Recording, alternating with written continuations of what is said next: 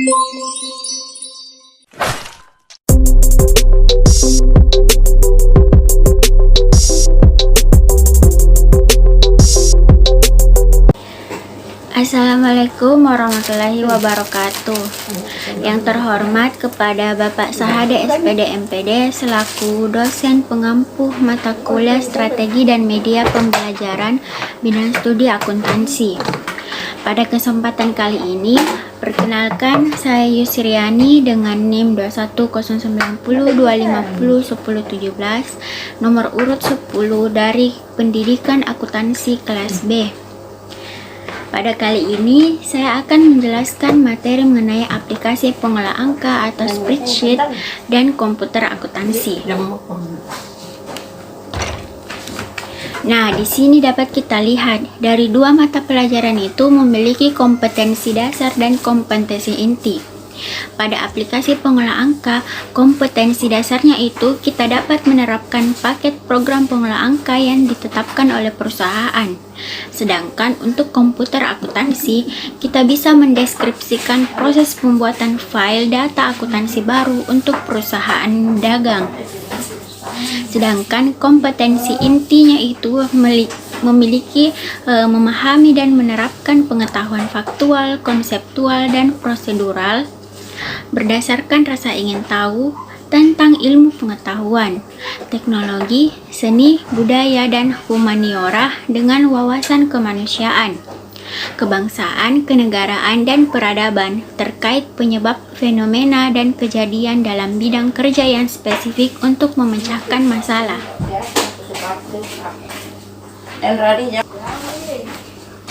Nah, itu adalah kompetensi inti dan kompetensi dasar dari dua mata pelajaran, aplikasi pengolah angka dan komputer akuntansi. Selanjutnya, kita dapat melihat tujuan pembelajarannya.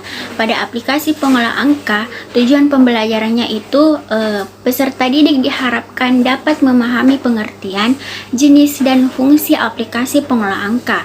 Kedua, memahami pengertian dan tujuan standar operasional perusahaan. Pada mata pelajaran komputer akuntansi, tujuan pembelajarannya itu peserta didik diharapkan dapat menginstal program Mayop, kemudian menentukan menu untuk mengubah format tanggal dan mata uang. Ketiga, membuat file data baru. Keempat, kita bisa mengecek informasi perusahaan. Itu adalah tujuan pembelajaran dari dua mata pelajaran yang akan kita bahas pada kesempatan kali ini. Selanjutnya kita akan membahas tentang aplikasi pengolah angka atau spreadsheet. Sesuai dengan tujuan pembelajaran kita tadi, kita akan membahas aplikasi pengolah angka. Yang pertama itu kita harus mengetahui pengertian aplikasi pengolah angka. Nah, aplikasi pengolah angka sendiri merupakan perangkat aplikasi pengolah angka setelah program yang difungsikan untuk mengolah data berupa angka. Kemampuan aplikasi ini antara lain pembuatan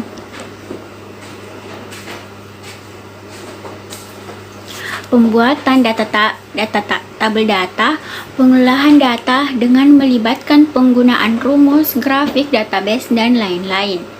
Kemudian dalam hal ini, angka yang sering muncul di bidang ilmiah, perencanaan, pembuatan statistik, pembuatan lembar kerja, pengolahan angka untuk perhitungan sebuah data. Semua itu bisa muncul di aplikasi pengolah angka. Selanjutnya, kita lihat bahwa ada beberapa jenis perangkat lunak dari aplikasi pengolah angka. Nah, jenis-jenis perangkat lunak ini seperti yang pertama itu ada Keyspread. Keyspread sendiri merupakan aplikasi pengolah angka yang bersifat open source dan multi-platform. Open source berarti kita dapat mendownload secara gratis dari internet dan menggunakan secara bebas. Yang kedua ada Star Office Cal. Nah, di Star Office Cal ini merupakan aplikasi pengolah angka yang dikembangkan oleh Sun Microsystem. Star Office sendiri merupakan aplikasi pengolah angka yang bersifat multiplatform, sama seperti tadi, yang berarti dijalankan di berbagai sistem operasi termasuk ada Linux, Unix, dan Windows. Selanjutnya ada OpenOffice.cal. Nah, di OpenOffice.cal ini kita dapat aplikasi pengolah angkanya itu dapat bersifat open source atau dapat dibuka melalui sistem operasi apa saja. Dan program spreadsheet dari OpenOffice.cal ini kita dapat mengolah data dalam bentuk spreadsheet menggunakan rumus untuk melakukan perhitungan. Selanjutnya ada Gnome atau Gnomeric. Nah, di Gnomeric ini adalah aplikasi pengolah angka yang merupakan keluarga dari Gnome Office. Jadi ini berfungsi untuk tampilannya itu user friendly, di mana jendela Gnomeric ini dilengkapi dengan menu-menu dan tombol-tombol toolbar. Selanjutnya ada Six. Nah, Six sendiri merupakan aplikasi pengolah angka yang dibuat oleh AIS atau Apple Information System.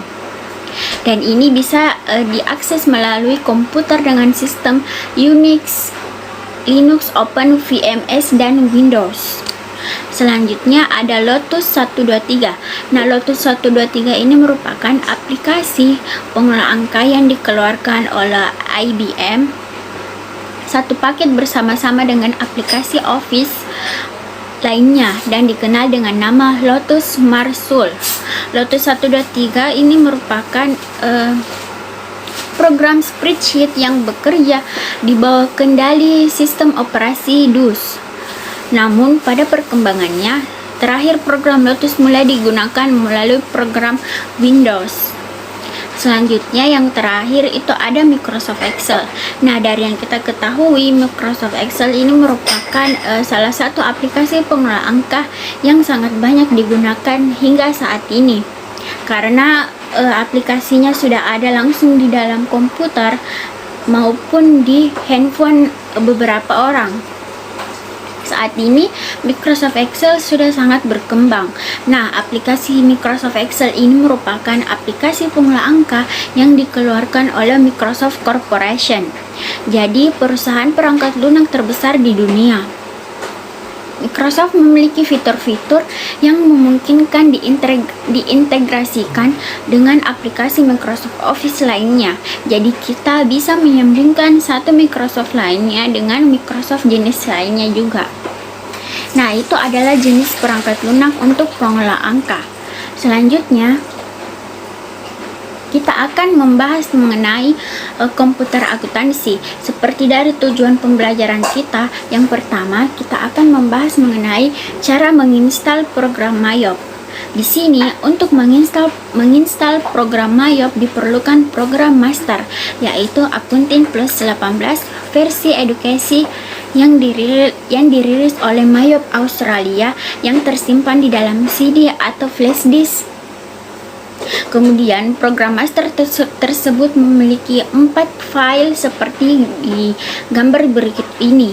Jadi untuk menginstal program Mayop, yang pertama yang harus kita lakukan adalah kita bisa mengecek apakah keempat file tersebut, yaitu data 1, iSetup, Mayop Accounting Plus versi 18 dan setupnya itu ada pada CD atau flash disk kita. Maka dari itu kita bisa mendownload aplikasi program Mayop. Selanjutnya kita akan melihat, setelah itu kita bisa melihat langkah-langkah untuk menginstal program Mayop. Yang pertama, kita bisa double klik file setup tadi yang ada di flash disk kita atau CD. Yang kedua, pilih complete installation, maka proses instalasi itu berjalan secara langsung dan otomatis. Ketiga, ada klik yes setiap ada pertanyaan. Jadi kita harus mengklik yes setiap ada pertanyaan yang muncul ketika kita ingin menginstal aplikasi program Mayop.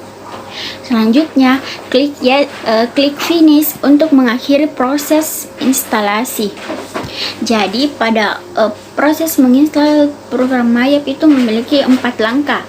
Sebelumnya itu kita harus mengecek apakah 4 file itu ada di dalam flash disk kita atau FD kita. Jika ada, berarti kita bisa menginstal program Mayop dari berbagai versi. Salah satunya saat ini kita membahas tentang versi 18. Selanjutnya Nah, bagaimana jika format tanggal dan simbol mata uang? Dari yang kita ketahui merupakan aplikasi Mayop itu keluaran dari negara Australia, sehingga banyak fitur-fitur atau aplikasi keuangannya itu masih memiliki format Australia, belum format Indonesia. Jadi untuk itu kita harus mengubah format tanggal dan simbol mata uangnya, karena tidak semua mata uang dari aplikasi Mayop ini bisa kita gunakan, dan dari beberapa negara pun belum ada simbol mata uang dari program Mayop. Nah, caranya itu langkah pertama kita klik start, control panel, kemudian kita pilih date, time, language, and regional option. Setelah itu kita klik yang regional dan language option, maka kita bisa memilih atau mencari negara Indonesia dan kita klik OK. Nah, setelah itu bakalan muncul perubahan dari simbol mata uang dan format tanggal. Nah, format tanggal di sini ada dari bulan atau moon, date atau years, artinya bulan, tanggal, dan tahun. Hal ini dapat menyebabkan kesalahan manakala digunakan oleh user di Indonesia karena terbiasa dengan format tanggal, bulan, atau tahun. Oleh sebab itu, sebelum mengaktifkan program Mayop, peserta didik mengubahkan menjadi format tanggal Indonesia dan simbol mata uang Indonesia juga. Selanjutnya kita akan membahas mengenai bagaimana cara pembuatan file data baru. Nah, dapat dilihat pada langkah pertama untuk membuat file data baru itu setelah kita menginstal dan juga kita sudah mengubah format tanggal dan mata uangnya. Langkah pertama itu kita akan mengaktifkan program Mayop dengan klik start atau klik start, kemudian kita mengklik aplikasi Mayop Accounting Plus 18 versi, atau bagaimana kita bisa membukanya dengan seperti aplikasi lainnya di komputer. Selanjutnya kita akan membuat file data baru. Langkah keduanya akan muncul tampilan seperti di layar. Nah, tampilan itu kita klik di bawah dari open, yaitu create.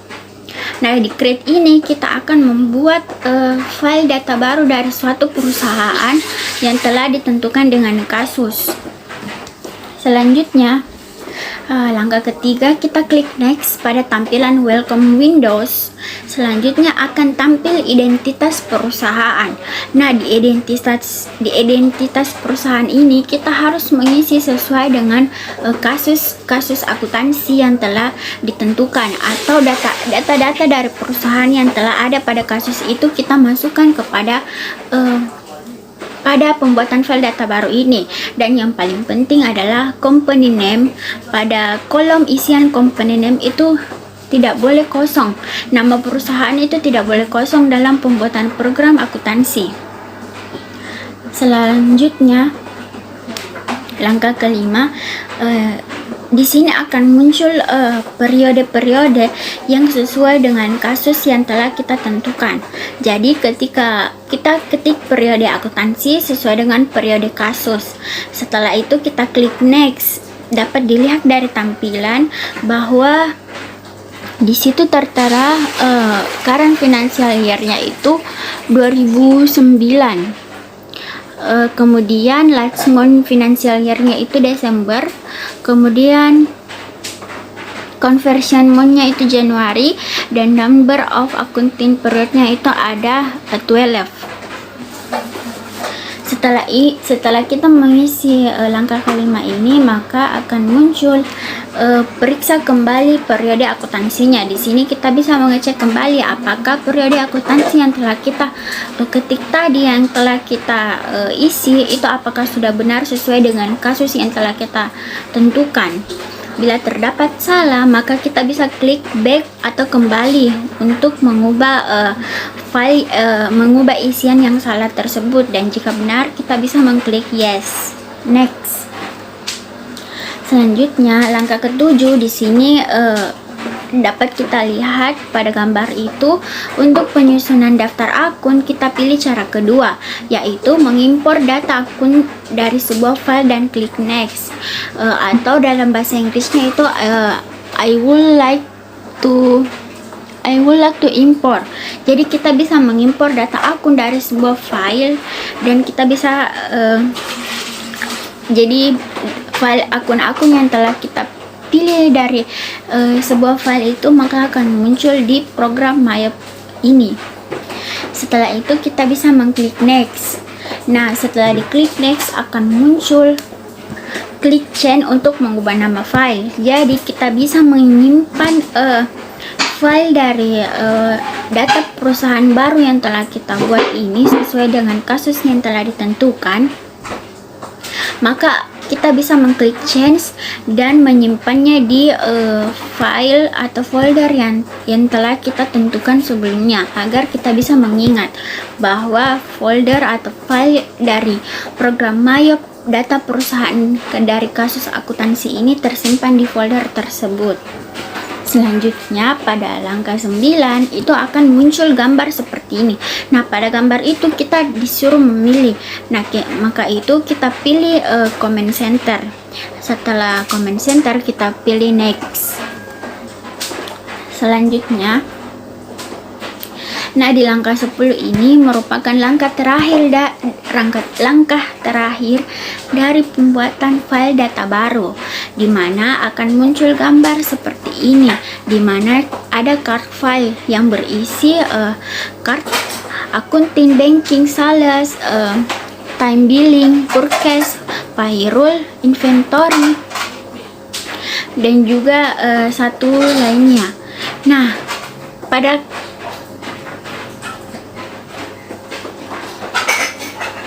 Nah, jika langkah ini sudah muncul, itu berarti pembuatan file data baru kita sudah selesai.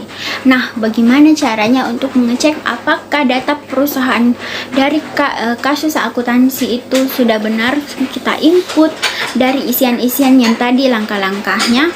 Kita dapat melihat proses lainnya, yaitu pengecekan informasi perusahaan. Di sini kita bisa mengecek apakah seperti tadi yang sudah saya katakan, kita bisa mengecek apakah data perusahaan yang telah kita input tadi apakah sudah benar. Nah, langkah pertama yang harus kita lakukan ialah kita klik menu setup dan pilih company information. Nah, menu setup ini ada pada bagian atas dari halaman dari card file atau halaman utama dari program MyUp itu sendiri. Selanjutnya kita pilih company information. Nah, setelah kita klik itu maka akan muncul cek kebenaran informasi perusahaan, terutama identitas dan periode akuntansi.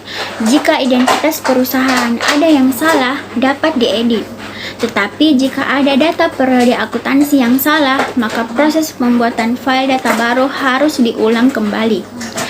Klik OK jika keduanya benar. Nah, ini adalah langkah untuk mengecek informasi perusahaan. Di langkah kedua ini dapat kita lihat tampilan dari data perusahaan itu. Jika data perusahaan itu sudah benar, kita bisa mengklik OK. Jika salah, kita bisa mengedit data perusahaan ini sesuai dengan data yang benarnya.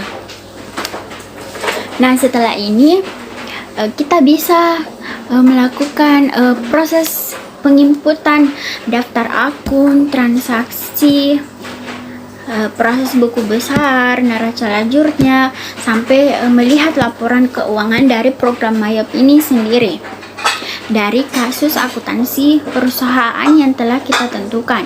Di sini kita membahas tentang perusahaan dagang, sehingga berarti kita menginputnya itu ada kartu persediaannya juga di situ. Jadi yang harus kita ketahui juga bahwa program MyUp ini full bahasa Inggris. Jadi di dalam aplikasinya ini tidak ada bahasa Indonesia, semuanya itu menggunakan bahasa Inggris. Maka setelah ini, sesuai dengan tujuan pembelajaran kita mengenai aplikasi pengelola angka dan komputer akuntansi, maka dari itu kita sudah selesai membahas materi mengenai spreadsheet dan komputer akuntansi. Maka dari itu, saya Yusriani mengucapkan terima kasih atas atas kehadiran teman-teman yang telah menonton video saya ini. Semoga video kita ini dapat bermanfaat untuk kedepannya, dan kita sebagai calon pendidik atau calon guru dapat mempelajari banyak media pembelajaran. Nah, di sini kita sudah menggunakan media pembelajaran Microsoft Office, PowerPoint dengan menggunakan Screencast-O-Matic. Semoga salah satu media pembelajaran ini dapat kita terapkan kepada peserta didik kita untuk menjelaskan materi. Apalagi pada saat ini masih banyak sekolah yang melakukan daring. Itu bisa kita manfaatkan media pembelajaran ini untuk menjelaskan materi kepada peserta didik. Dan pada media pembelajaran Screencast-O-Matic ini lebih mudah caranya untuk kita menjelaskan, karena di sini kita sudah memiliki bahan materi. Jika kita sudah memiliki bahan materi, maka kita juga bisa langsung menjelaskannya kepada peserta didik. Nah, bagaimana caranya untuk peserta didik itu menonton materi kita? Dengan cara kita bisa menguploadnya di media sosial seperti YouTube. Nah, di situ peserta didik akan menonton video pembelajaran dari kita melalui media Screencast-O-Matic dan Microsoft Office PowerPoint. Mungkin itu saja dari saya. Di sini saya ingin mengucapkan terima kasih untuk semua teman-teman yang telah menonton video saya. Sekali lagi saya ucapkan terima kasih. Nun wal qalami wa ma yasturun. Assalamualaikum warahmatullahi wabarakatuh.